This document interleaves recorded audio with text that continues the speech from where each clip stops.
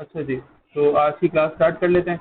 आज हमने कंस्ट्रक्टर पढ़ना है और पॉलीमॉर्फिज्म जो हमने लास्ट क्लास में पढ़ा था ना, उसको हम ये समझ लो कि उसी का एक स्टेज है, या कह लो कि उसी का एक स्टाइल है। कंस्ट्रक्टर एक अलग टॉपिक है बेसिकली, बट कंस्ट्रक्टर हम पॉलीमॉर्फिज्म भी यूज़ कर सकते हैं। तो हम मेथड ओवरलोडिंग यहाँ पे काम करते हैं। मेथड ओवरलोडिंग का मतलब क्या होता है कि आप एक ही मेथड बनाते हो विद सेम नेम, यानी आप मल्टीपल मेथड बनाते हो with same name but with different parameters. ठीक है, तो हम क्या करेंगे कि हम वही मेथड ओवरलोडिंग आज ट्राई करेंगे किस तरह से होती है। मेथड ओवरलोडिंग होती क्या है, किस तरह से होती है और कैसे काम करती है, वो देख लेते हैं। ठीक है, और इसके साथ साथ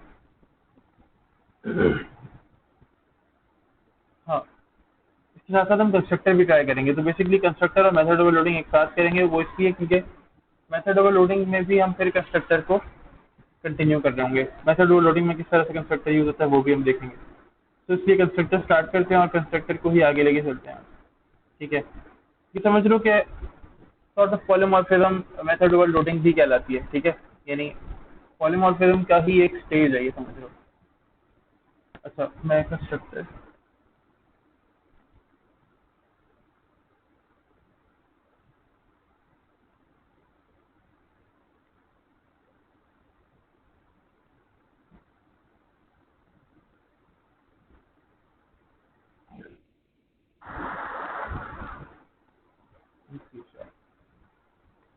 प्रोग्राम क्रिएट कर लेते हैं भाई।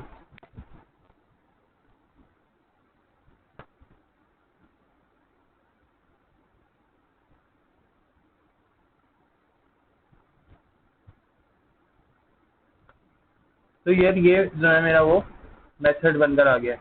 ठीक है, अब क्या करना है, अब मैं एक क्लास बना देता हूँ। ठीक है, क्लास क्या, वही एक तरह से फोल्डर्स क्रिएट करके, और जिस तरह से भी क्लास हम बना रहे होते हैं, फोल्डर क्रिएट कर लिया, कॉम के नाम से फोल्डर बना रहा हूँ, फिर लग जैसे हम रोज काम कर रहे हैं। ठीक है, इसके अंदर मैं कुछ क्लासेस बना रहा हूँ। लेट्स से इसके अंदर मैं स्टूडेंट का एक फोल्डर बना लेता हूँ। ठीक है,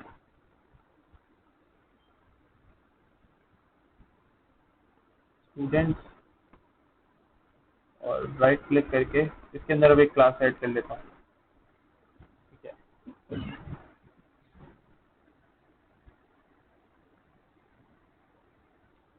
और स्टूडेंट के नाम से ही बना लेता हूँ।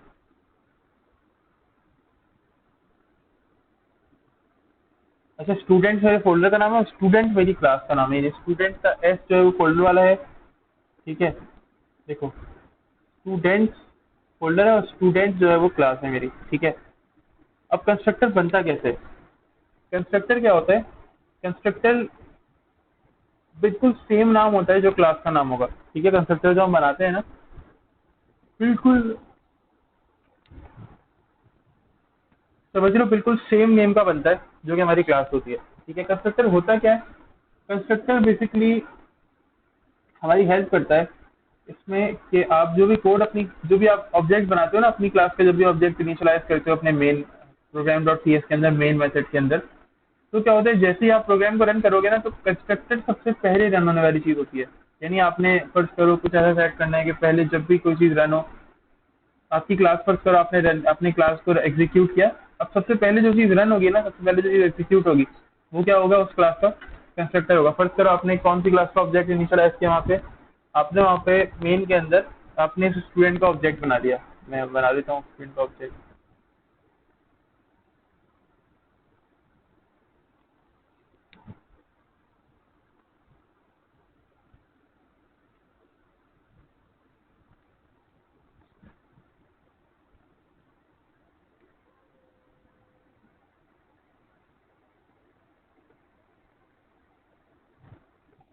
अच्छा, इसको यूजिंग नेमस्पेस यहाँ देनी होगी भाई, यूजिंग, और डॉट डॉट। ठीक है, इसके अंदर सारी क्लासेज हैं वो आ जाएंगी।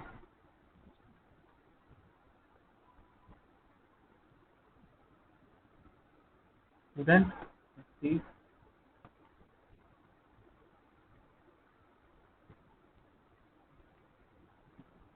तो अगर अभी मैं बात करूँ ना, तो देखो, अगर मैं सिर्फ इसी प्रोग्राम को एज इट इज रन कर दूं, उसका कोई मेथड ना बुलाऊं, ठीक है, सिर्फ मैं क्लास के ऑब्जेक्ट जो मैंने ऑब्जेक्ट बनाया उसको मैं इनिशियलाइज कर दूं, ठीक है, तो क्या हो जाएगा, ये जो कंस्ट्रक्टर में जो भी कोड होगा ना वो कोड रन हो जाएगा। लेट्स से मैं कह दूं कंस्ट्रक्टर बनेगा कैसे, देखो, C T O R tab tab, C T O R लिखा और डबल टैप प्रेस किया, ठीक है, वरना कंस्ट्रक्टर कैसे बनता है भाई, कंस्ट्रक्टर ऐसे बनता है, सिंटैक्स तुम लोगों ने देख ही दिया, पब्लिक स्टूडेंट वॉल ब्रैकेट, ये कंस्ट्रक्टर बन गया, ठीक है। On the other hand constructor कैसे बनता है, सी टी ओ आर, जिस भी क्लास का बना रहे हो उसका लिखो सी टी ओ आर और दो मरतबा टैब का बटन प्रेस करो, तो देखो मैंने टैब टैब प्रेस किया और कंस्ट्रक्टर बन गया। सी शार्प या हमें विजुअल स्टूडियो ये सारी आसानियाँ प्रोवाइड करता है, ये सारी चीज़ प्रोवाइड करता है कि आप इस तरह से अपने कंस्ट्रक्टर के साथ खेल सको, ठीक है, समझ में आया कंस्ट्रक्टर क्या होता है। अभी मैं इसको अप्लाई भी करके दिखाता हूँ, लेकिन फिलहाल ये समझ में आया, ठीक है। अच्छा, जैसे आप कोई भी सेंटेंस लिख देते हैं,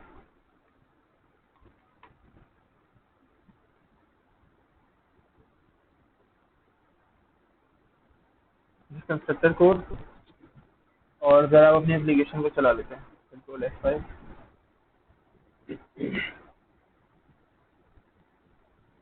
देख रहे हो क्या लिखा हुआ है, दिस इज कंस्ट्रक्टर कोड।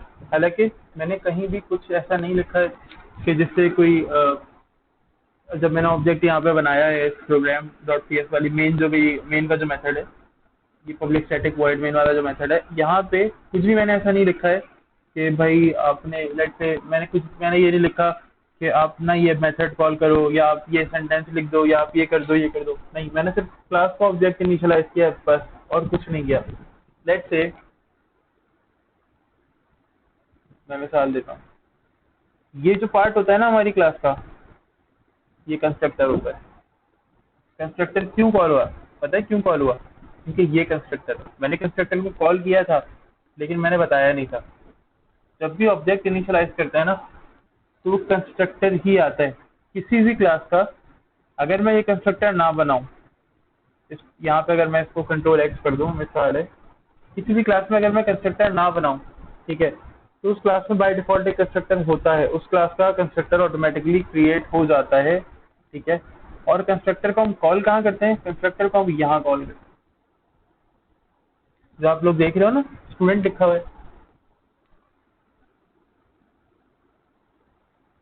यहाँ हम कंस्ट्रक्टर को कॉल करते हैं, ठीक है।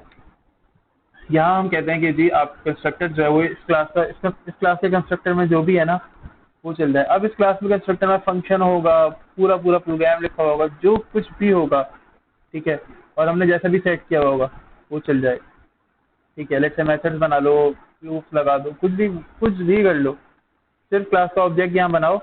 और एंड में, अब तुम्हें याद होगा हमने लास्ट क्लास में देखा था कि किस क्लास का ऑब्जेक्ट बन रहा था, जब हम स्टार्टिंग में क्लास लिख रहे थे तो मैंने कंस्ट्रक्टर का वर्ड या मैंने यूज किया था ऑब्जेक्ट का वर्ड यहाँ पे, और कंस्ट्रक्टर का वर्ड भी यूज किया होगा, ठीक है। तो इसलिए यूज किया था क्योंकि कंस्ट्रक्टर क्या होता है, उस क्लास में जो भी कंस्ट्रक्टर के अंदर पड़ा होता है ना वो कॉल हो जाता है।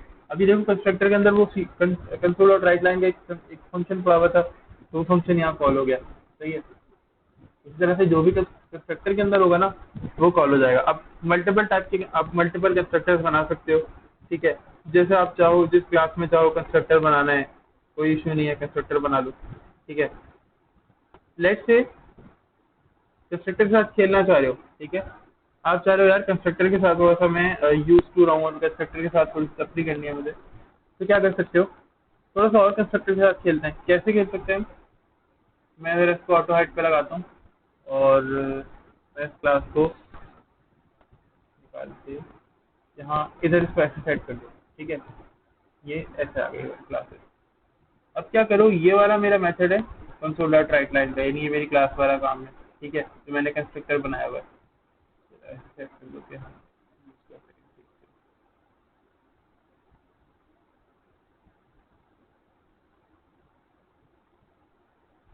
ठीक है, तो मेरे पास कंस्ट्रक्टर के अंदर तो भाई ये कोड है, पब्लिक स्टूडेंट, और देन के अंदर मेरे पास कुछ कोड है। लेट्स से मैं एक और क्लास बनाता हूँ, मुझे कंस्ट्रक्टर के साथ ही खेलना है ना, मैं एक और क्लास बना रहा हूँ, मैं इसको बंद कर देता हूँ। मैं इसलिए एक और क्लास बना रहा हूँ, मैं ये काम वो काम यहाँ पे भी कर सकता हूँ, लेकिन मैं एक और क्लास इसलिए बना रहा हूँ ताकि आप लोग मल्टीपल एग्जाम्पल्स आप लोगों के पास यहाँ पे मौजूद हो, तो आप लोगों ने एग्जाम्पल्स के थ्रू सीख सको। ठीक है, मैं इस क्लास को यहाँ बंद कर रहा हूँ, बिल्कुल सेव होना है, सेव हो जाओ। ठीक है, और I am creating another class, add add a class, student 2 के नाम से बना रहा हूँ।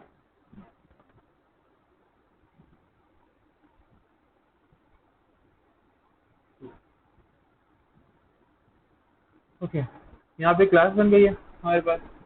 ठीक है, और वही C T O R tab tab. ठीक है, C T O R tab tab बन गया, मतलब दो क्लासेस बन गई मेरे पास। और ऐसा करते हैं, एक और भी काम के लिए कंस्ट्रक्टर यूज होता है, वो काम क्या, प्रोटेक्टेड इंट, और मैंने कहा जैसे मैं एज एंटर करना चाह रहा हूँ।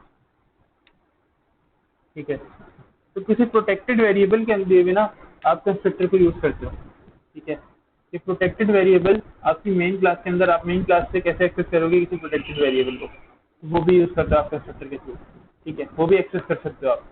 कैसे, बस क्या करना होता है, आपको कंस्ट्रक्टर को कॉल करना होता है वहाँ पे, और इसको आप कंस्ट्रक्टर के अंदर इक्वेट करा दो। ठीक है, अब देखो कैसे, मैं यहाँ पे कंस्ट्रक्टर में पैरामीटर पास करता हूँ, ये पैरामीटराइज कंस्ट्रक्टर होता है जिसके अंदर हम पैरामीटर्स पास करते हैं। ठीक है, ये वो वाला कंस्ट्रक्टर होता है।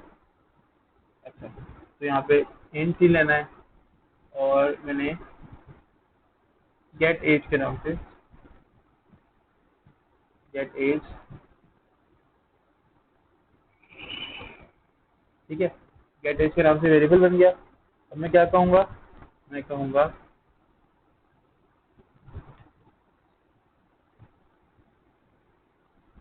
Get as.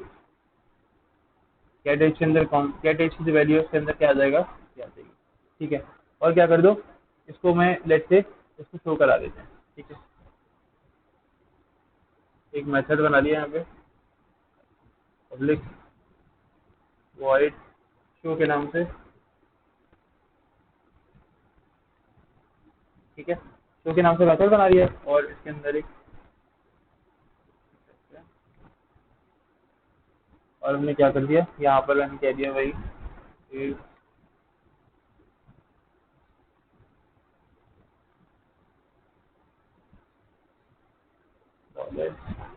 कंकेटिनेशन करना है।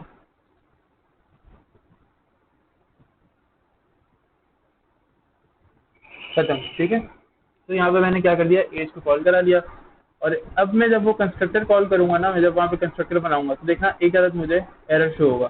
ठीक है, मैं इस तरह से कंस्ट्रक्टर बनाऊंगा तो एक आदत मुझे एरर शो होगा, और जाहिर है ऑब्जेक्ट स्टूडेंट 1 है, स्टूडेंट 2 है, STD नाम है इसका।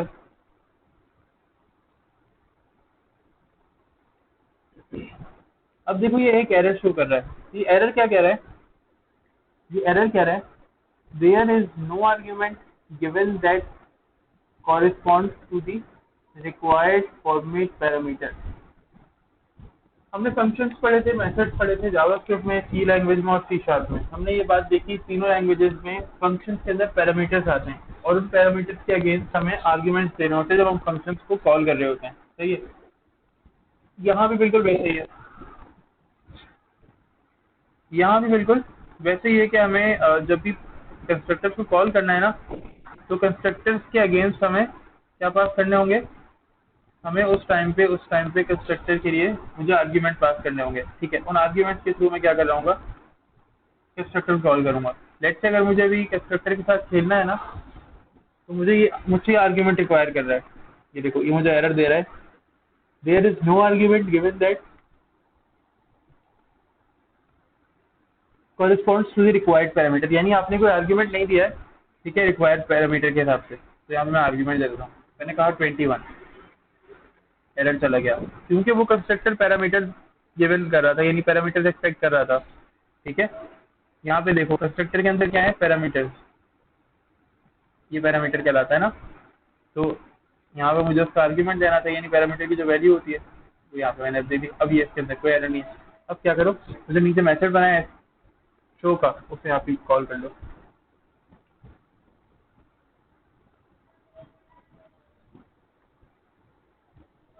ठीक है। अच्छा, कंट्रोल F5 से क्या होने वाला है? कंट्रोल F5 से सिर्फ और सिर्फ ये होने वाला है कि मेरी क्लास जो है वो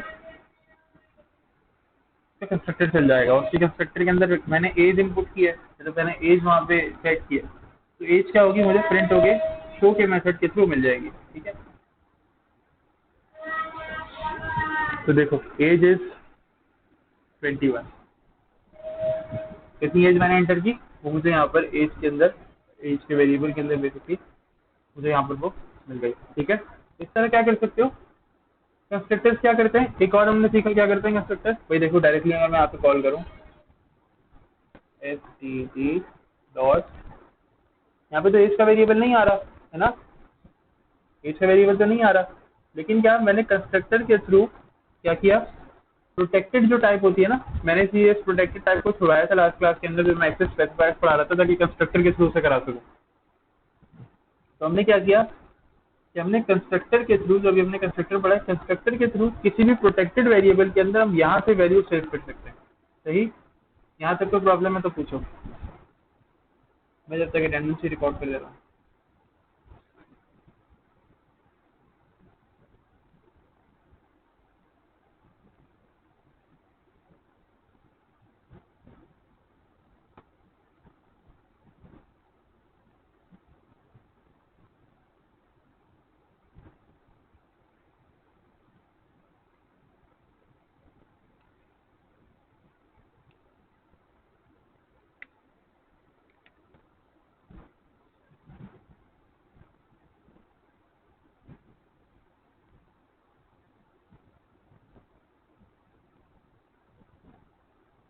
हाँ भाई, यहाँ तक कोई क्वेश्चन है तो पूछ सकते हैं आप लोग।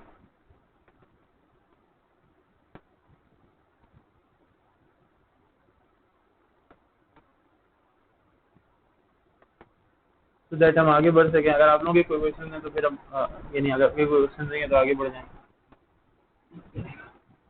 फिर आती है हमारे पास इसी केस के बाद, ठीक है, ये कंस्ट्रक्टर्स तो हो गए। ठीक है, इसी केस के अंदर हम कंस्ट्रक्टर्स को अच्छा किस तरह से यूज कर सकते हैं, मेथड ओवरलोडिंग में। ठीक है, ऐसे ही वैल्यू आप दे सकते हो किसी भी मेथड को। कंस्ट्रक्टर आपने बनाया, ठीक है, और कंस्ट्रक्टर में आपने वैल्यू ले ली। कैसे, यहाँ पे देखो, कंस्ट्रक्टर में तुमने क्या किया, पैरामीटर के थ्रू वैल्यू ले ली। ठीक है, अब इस मेथड के आर्ग्यूमेंट में, इस मेथड के अंदर का इस मेथड के अंदर किसी भी वेरिएबल के थ्रू तुम क्या कर सकते हो, वैल्यू पास कर सकते हो।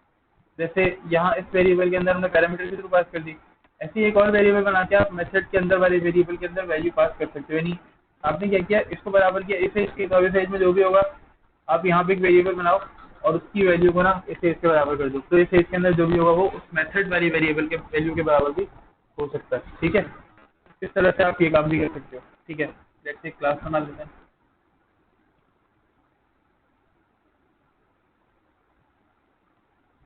और क्लास सेट कर लेते हैं भाई किसी स्टूडेंट 3 के नाम से बना रहा हूँ। ठीक है,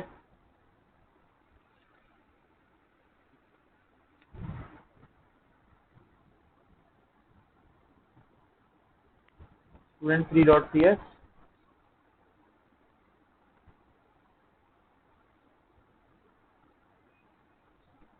अब स्टूडेंट 3 के अंदर लेट्स से कि मैं कुछ मेथड बनाना चाह रहा हूँ, कि उन्होंने शो का मेथड बनाया था स्टूडेंट 2 के अंदर, तो लेट्स से मैं स्टूडेंट 3 के अंदर शो के नाम से मेथड बना रहा हूँ, पब्लिक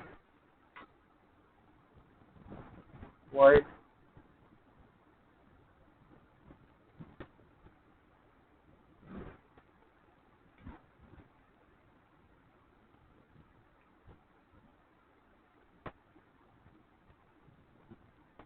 ये 3 मेथड्स बन गए। ठीक है, लेकिन सेकंड और थर्ड के अंदर देखो एरर हैं। ये एरर कैसे जाएंगे, ये मेथड ओवरलोडिंग कहलाती है। ठीक है, और यहाँ पे क्या होगा, अब मैं यहाँ पर कोई भी रेफरेंस पास कर, यानी मैं यहाँ पर कोई भी पैरामीटर पास कर, स्ट्रिंग। देखो अब इसमें से भी एरर चला गया, इसका मतलब ये समझ में आ रहा है इसको कि भाई मैं यहाँ पर क्या पास कर रहा हूँ, मैं कोई कोई कोई वैल्यू पास करना चाह रहा हूँ, ठीक है। लेट्स से मैंने कह दिया भाई स्ट्रिंग नेम। अभी भी लेकिन लास्ट वाले में एरर है, फर्स्ट और लास्ट क्योंकि सेम है, लास्ट वाले में अभी भी एरर आ रहा है। क्यों आ रहा है एरर?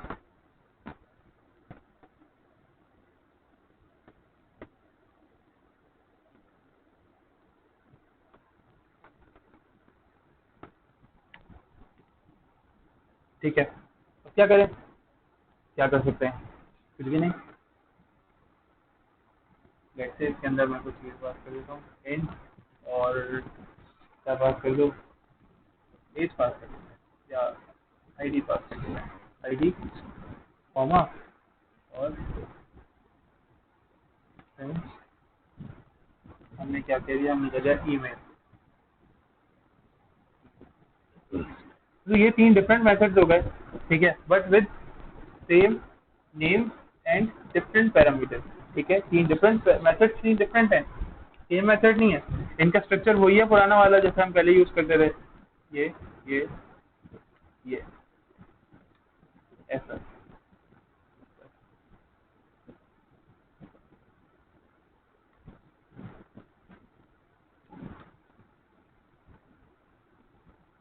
ये इनका स्ट्रक्चर दोबारा से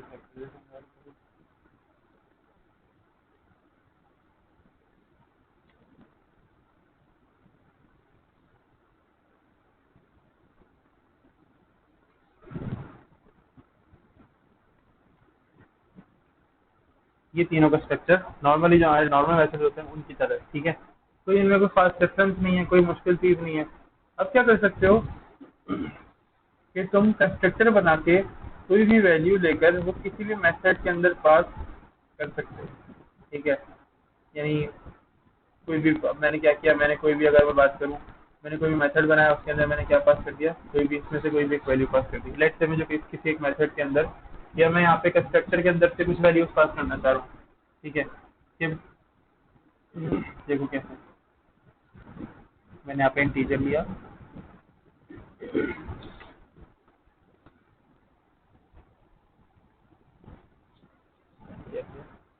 और हम कुछ ये करते हैं कि ये तीन मेथड्स है ना, मैं इन तीनों को वहाँ भी चलाऊंगा, लेकिन कैसे, इनके अंदर वैल्यूज पास कर सकते हैं। ये यूजर क्या करेगा उस टाइम पे, आर्ग्यूमेंट के साथ काम करेगा, ठीक है। यूजर आर्ग्यूमेंट भी देगा उस वक्त, ऐसा नहीं है यूजर विदाउट आर्ग्यूमेंट कोई काम कर रहा होगा, जाहिर है। आर्ग्यूमेंट की बात क्यों कर रहा हूँ मैं, आर्ग्यूमेंट की बात इसलिए कर रहा हूँ क्योंकि यहाँ पर हम इन चीज़ों को यूज़ कर रहे हैं पैरामीटर के साथ। तो हर पैरामीटर के अगेंस्ट यूजर ने कोई आर्ग्यूमेंट देना होता है ज़रूर, ठीक है, इसलिए मैं कह रहा हूँ। अब आप किसी भी वैल्यू को किसी दूसरी वैल्यू के इक्वल कर सकते हो, ठीक है, तो उसमें कोई इशू नहीं आएगा, कोई भी चीज़ एक साथ लिख सकते हो, जैसे कि समझते हैं मेन मेन है ना हमारा, मतलब एक अगर क्या कहा जाए तो जैसे ये यहाँ पे एक मेथड बना देते, एक कुछ वो बना देते हैं, क्या कहते हैं यार, कोई प्रोटेक्टेड आईडी बना देते हैं, प्रोटेक्टेड एंड, और मैंने कहा आईडी, यानी ये मैंने कहा स्ट्रिंग नेम,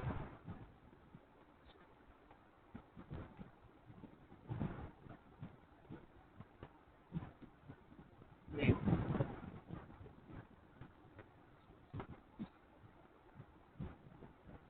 और मैंने यहाँ पे इसका पैरामीटर भी ऐसे ही दे दिया,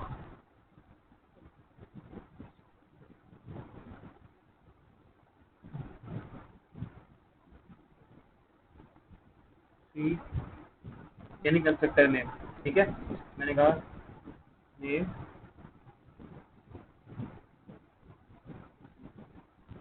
सिंपल, कंस्ट्रक्टर में जो भी नाम आएगा वो सी नेम के बराबर हो जाएगा। और फिर मैंने क्या कर दिया यहाँ पे शो के अंदर,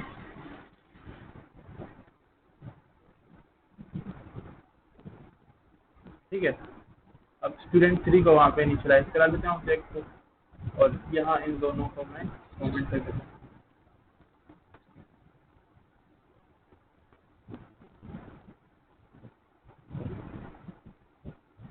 student 3,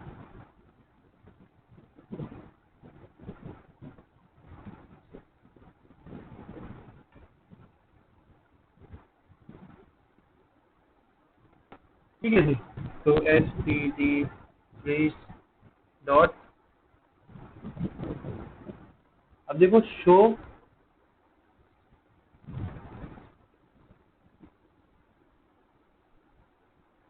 now it's asking me आपको कौन सा शो कॉल करना है, वन ऑफ थ्री। इसका मतलब है शो के 3 ओवरलोडेड मेथड है टोटल।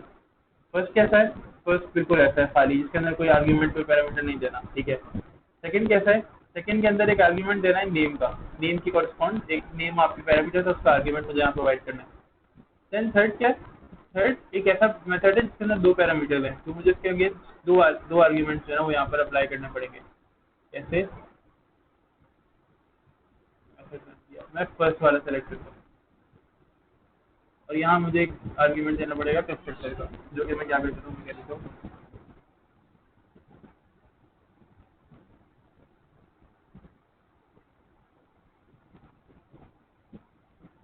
Control F5। इससे क्या होता है, शो मेथड में अभी यूज कर रहा हूँ। अब देखना होता है क्या है, ये जो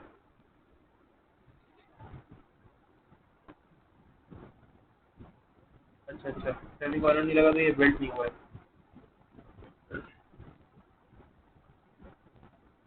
कंट्रोल F5, तो देखो मुझे क्या शो हो रहा है, एलिंग शो हो रहा है, क्योंकि मैंने वहाँ मेथड कॉल किया था और कंस्ट्रक्टर के थ्रू मैंने वैल्यू पास की थी, किसमें, मेथड के थ्रू, मेथड के अंदर। और मैंने प्राइवेट,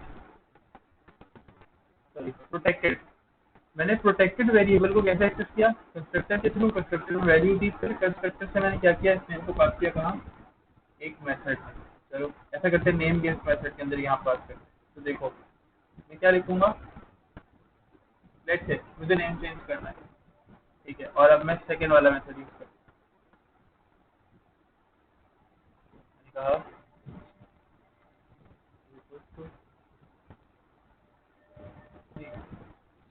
जो इस नेम में होगा वो शो हो जाएगा। चलो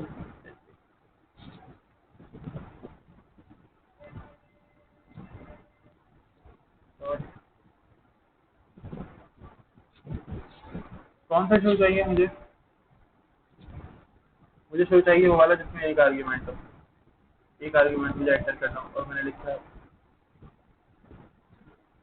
अजमत, ठीक है जी।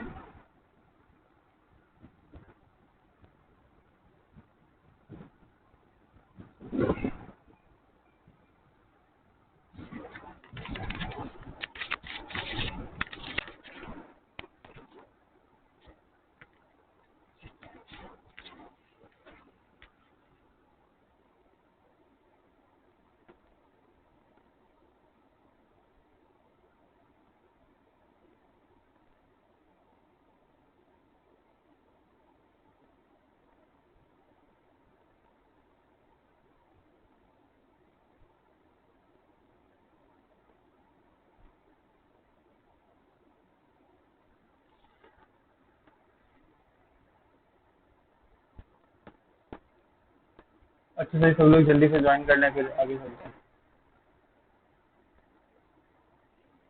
अच्छा तो मैंने यहाँ पे आर्ग्यूमेंट भी पास कर दिया मेथड कॉल कराते हुए, कंट्रोल F5 प्रेस करता हूँ, देखता हूँ क्या होता है। अली ये लिखा हुआ है, मेथड तो वहाँ पे कॉल हो गया, मेथड में वैल्यू भी जा रही है, बट वहाँ पे मैंने कुछ किया नहीं था, ये देखो। और यहाँ पे मैं कॉल कर लेता हूँ किसको, नेम को कॉल कर लेता हूँ, ठीक है।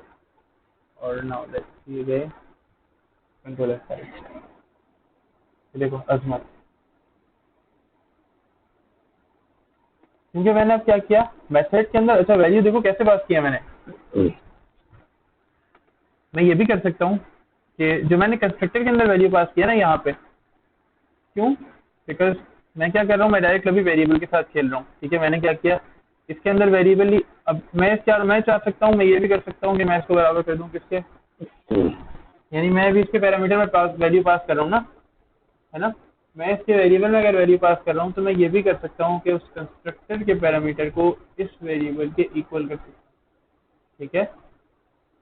मैं इस वाले को बराबर कर सकता हूँ किसके, कंस्ट्रक्टर के वेरिएबल, ठीक है।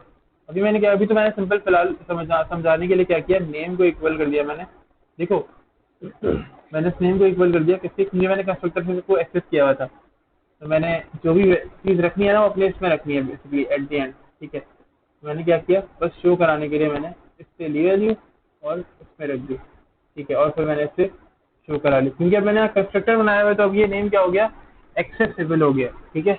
अब ये नेम एक्सेस किया जा सकता है और इसमें कोई कबाहत या कोई प्रॉब्लम नहीं आ सकती, ठीक है। यहाँ तक कोई प्रॉब्लम है तो बताओ।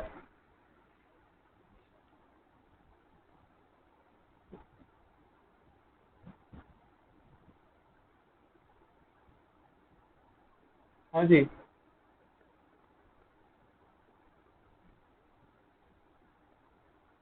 यहाँ तक कोई प्रॉब्लम है तो बताइए जी। ये मेथड ओवरलोडिंग कहलाती है। ये पॉलीमॉर्फिज्म का ही एक स्टेप कहलाता है कि आप क्या करो, अपनी बिहेवियर्स को चेंज करो अपनी नीड के मुताबिक।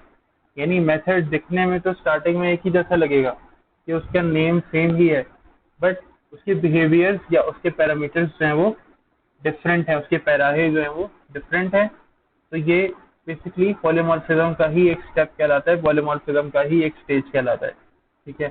यहाँ तक कोई मुश्किल आ रही हो तो मुझे बताएं। तो हमने कंस्ट्रक्टर इसीलिए पहले नहीं पढ़ा था क्योंकि मैं पॉलीमॉर्फिज्म के साथ आपको कंस्ट्रक्टर पढ़ाना चाह रहा था, और मैं ये चाह रहा था कि पॉलीमॉर्फिज्म के साथ अगर आप कंस्ट्रक्टर पढ़ोगे तो आपको ज़्यादा बेहतर समझ में आएगा।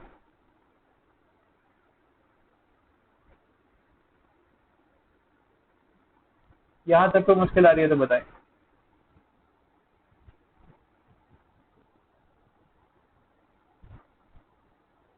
अच्छा, अब हम मल्टी लेवल इनहेरिटेंस को भी देखते हैं।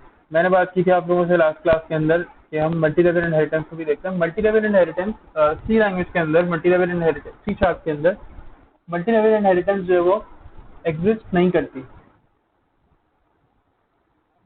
यानी ऐसा नहीं हो सकता कि एक क्लास दो क्लासेस को इनहेरिट करे। ऐसा हो सकता है बेसिकली, लेकिन ऐसा नहीं हो सकता। मैं दो अलग अलग बातें कर रहा हूँ और दो एक जैसी बातें कर रहा हूँ एक साथ। मैं कह रहा हूँ ऐसा हो सकता है कि दो क्लासेस या एक क्लास जो है वो दो क्लासेस को इनहेरिट करे, लेकिन ऐसा नहीं हो सकता कि एक क्लास दो क्लासेस को इनहेरिट करे। मैं क्यों ऐसा कह रहा हूँ, मैं इसलिए ऐसा कह रहा हूँ क्योंकि एक क्लास ना दो क्लासेस को डायरेक्टली इनहेरिट नहीं कर सकती, ठीक है। लेकिन एक क्लास ऐसी एक और क्लास को इनहेरिट कर सकती है जो उससे पहले भी एक और क्लास को इनहेरिट कर रही हो। जैसे कि मैं, हमारी क्लास में अभी कौन कौन है इस वक्त ज्वाइन किया हुआ है, मैं देखता हूँ। जैसे कि मिसाल देते हैं, इस वक्त क्लास में सरमद और असद हैं, ठीक है।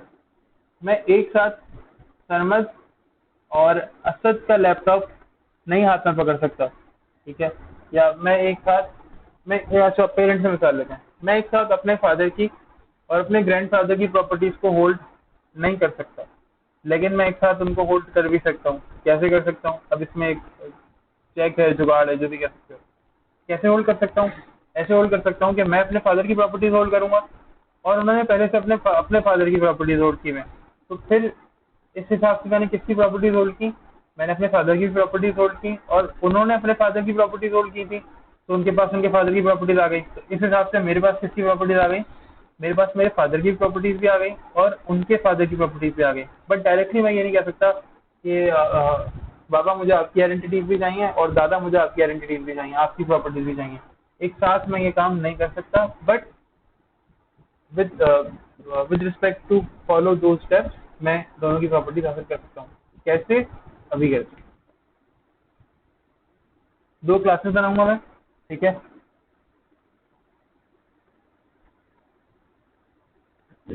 तीन क्लासेस बनाऊंगा मैं यहाँ पे, ठीक है। अच्छा, ये कोई बहुत मुश्किल चीज़ नहीं है, ठीक है। मैं सिर्फ अभी आप लोगों को बता देता हूँ, समझ में आ जाएगा। देखो, मैंने जो भी आप लोगों को ये एग्जाम्पल भी दिया ना, इससे भी समझ में आ जाता है तो बहुत अच्छी बात है, और समझ में आ तो जाना चाहिए। बहुत इजी एग्जाम्पल दिया, बहुत ही ज़्यादा कोई मैंने नीचे आसान लेवल पे आगे बात करने की कोशिश की है, ठीक है। मैंने कहा कि हम ट्रांसफॉर्मर की क्लास बनाते हैं, ठीक है। या लेट से मैंने सन की क्लास बनाई, सन डॉट सी एस, ये एक डेटा है, ठीक है। फिर मैंने क्या किया, मैंने क्लास बनाई फादर की, फादर की क्लास बनाई,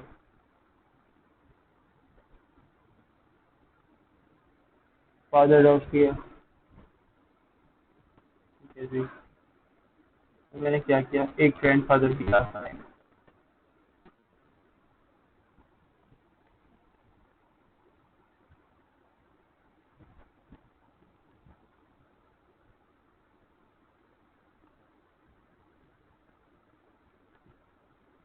ये हमने क्या किया, एक ग्रैंडफादर की क्लास बना दी।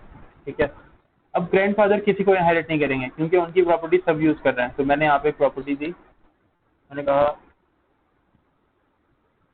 पब्लिक बना रहे हैं, फिलहाल इसको कंस्ट्रक्टर के थ्रू काम नहीं कर रहे हैं हम, सिंपल पब्लिक बना रहे हैं। मैंने कहा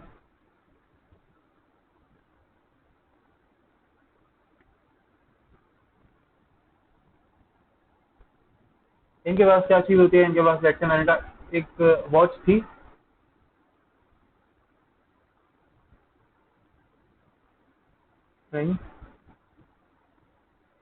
वॉच इज इक्वल्स टू, अब मैंने कहा एक वॉच थी जो रोलेक्स की थी। ठीक है, और वो मतलब मुझे मिलनी थी। ठीक है, या कह लो कि वो मुझे मिलनी चाहिए थी, या वट एवर जो भी चीज़ मैं कह लूँ या जिस तरह से भी मैं कह लूँ, यहाँ पे मैं एक मेथड बना लेता हूँ, पब्लिक वॉइड और डिस्प्ले।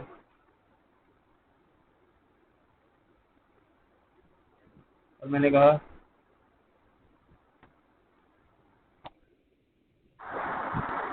वॉच, इसमें जो मेरे ग्रैंडफादर है उनकी वॉच जो है वो डिस्प्ले हो जाएगी यहाँ पे। फिर मैंने क्या कहा, फादर। अब यहाँ अपनी बात करें, फादर के पास मेरा एक कार, पब्लिक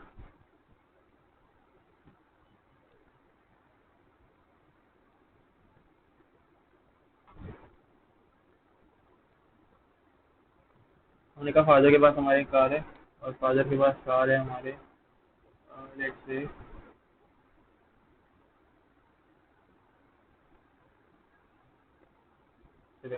ठीक है, इसका भी एक डिस्प्ले का मेथड बना देते हैं।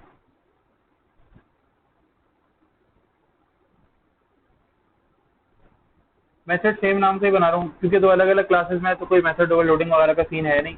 अलग अलग क्लासेस का रेफरेंस जो है इनके पास है, अलग अलग क्लासेस से उठकर आ रहे हैं, तो ऐसा कोई मसला है नहीं इसके अंदर। और यहाँ पे वॉच नहीं है, यहाँ पे तो कार है, कार। अब सन के पास तो कुछ है ही नहीं, सन के पास है सिर्फ और सिर्फ नेम,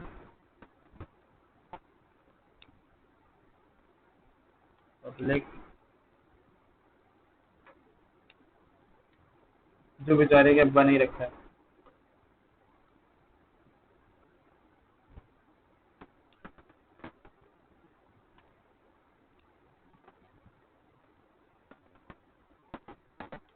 और नाम है इसका लिया। ठीक है,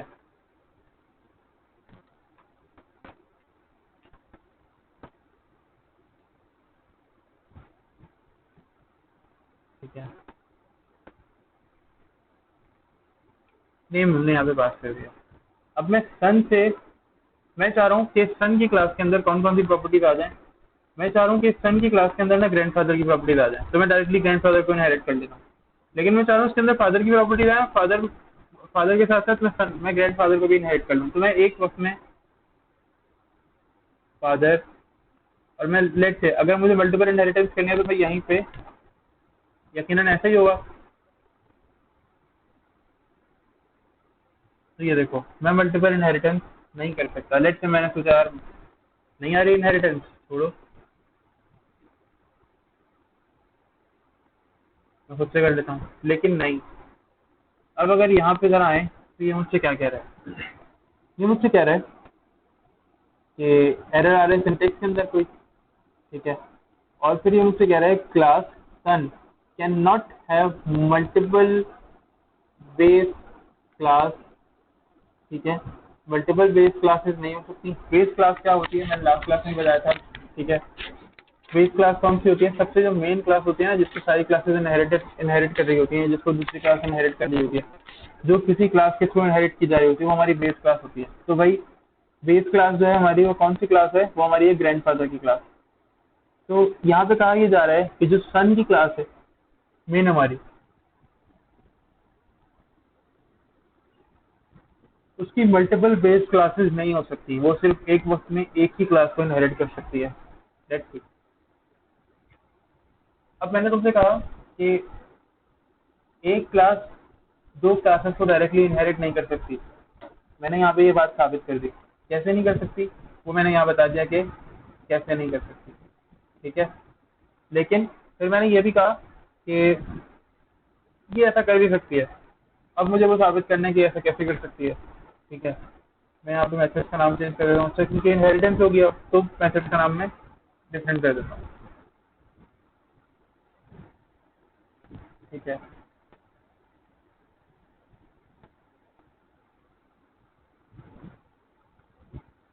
मैंने कहा यार यहाँ पे आप लोगों से मैंने ये कहा कि भाई देखो, एक जो क्लास है वो एक वक्त में दो क्लासेस को इनहेरिट नहीं कर सकती।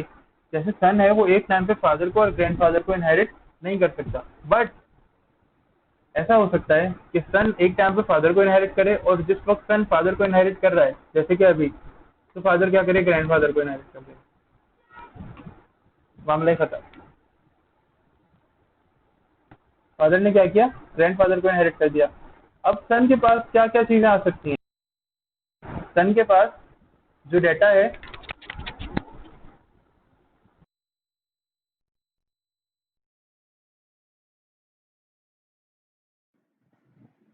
अच्छा ये बताओ, मेरी आवाज़ आ रही है सबको सही? हाँ जी, मेरी आवाज़ सबको आ रही है? ज़रा मुझे बताओ। कोई भी अपना माइक ओपन कर ले या किसी भी सोर्स के थ्रू मुझे बता दे कि आप लोगों को मेरी आवाज़ बिल्कुल सही आ रही है या कोई प्रॉब्लम है आवाज़ में? क्योंकि मैंने हेडफ़ोन्स अपने ऑफ कर दिए हैं, बैटरी उसकी ऑफ हो रही थी।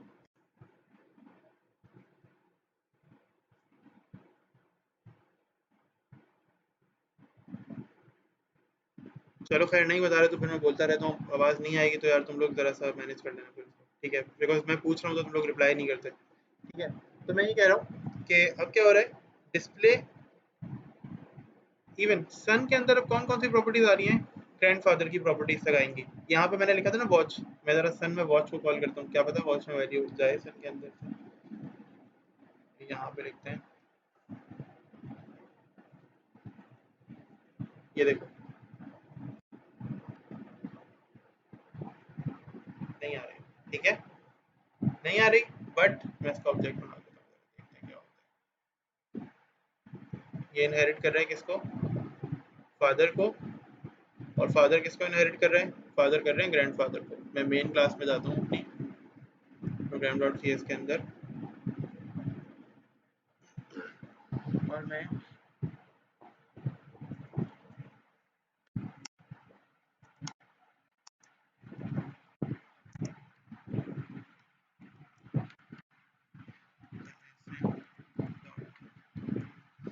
जरा देखना,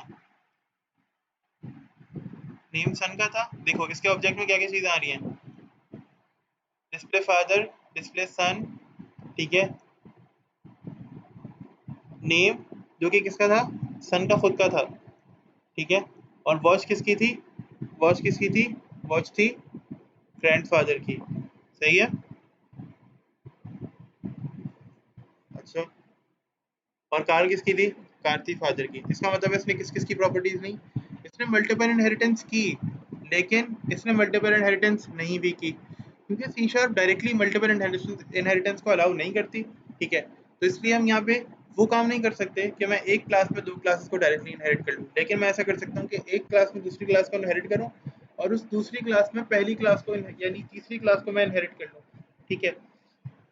तो पहली वाली क्लास के अंदर क्या होगा, दोनों क्लासेस का डाटा यहाँ पर इस तरह से ऑब्जेक्ट के थ्रू मैं कॉल कर सकता हूँ, ठीक है। अब मुझे फादर का डाटा भी मिल रहा है, मुझे सन का डाटा भी मिल रहा है, और मुझे ग्रैंडफादर का डाटा भी मिल रहा है। इसका मतलब है इस क्लास के अंदर, सन वाली क्लास के अंदर तीनों क्लासेस का डाटा आ गया, सही। यहाँ तक कोई प्रॉब्लम है तो मुझसे पूछ लो। और कोई अपना माइक खोले तो पहले चैट बॉक्स में लिख दो, और फिर माइक खोल के मुझे बताओ कि मैं माइक खोलना चाह रहा हूँ, ठीक है। यहाँ तक कोई क्वेश्चन है तो मुझसे पूछ लो, फिर मैं फिर क्लास एंड कर देता हूँ अगर नहीं है क्वेश्चन तो। और एक और बात ये है कि मैं ट्यूसडे को, मैंने पहले भी शायद बताया था, मैं ट्यूसडे को तुम लोगों को सेंटर बुलाना चाह रहा हूँ, ठीक है। अब देखो यार, ये तुम लोगों पर है, इंटरेस्ट ले सकते हो तो आ जाओ, यानी इंटरेस्ट लेना चाह रहे हो तो मसला नहीं है, आ जाओ, ठीक है। मैं तो चाह रहा हूँ कि तुम लोगों को इंटरेस्ट लो और तुम लोग जो है ना सही से क्लासेस अटेंड करो, बिकॉज काफ़ी ज़्यादा वेस्ट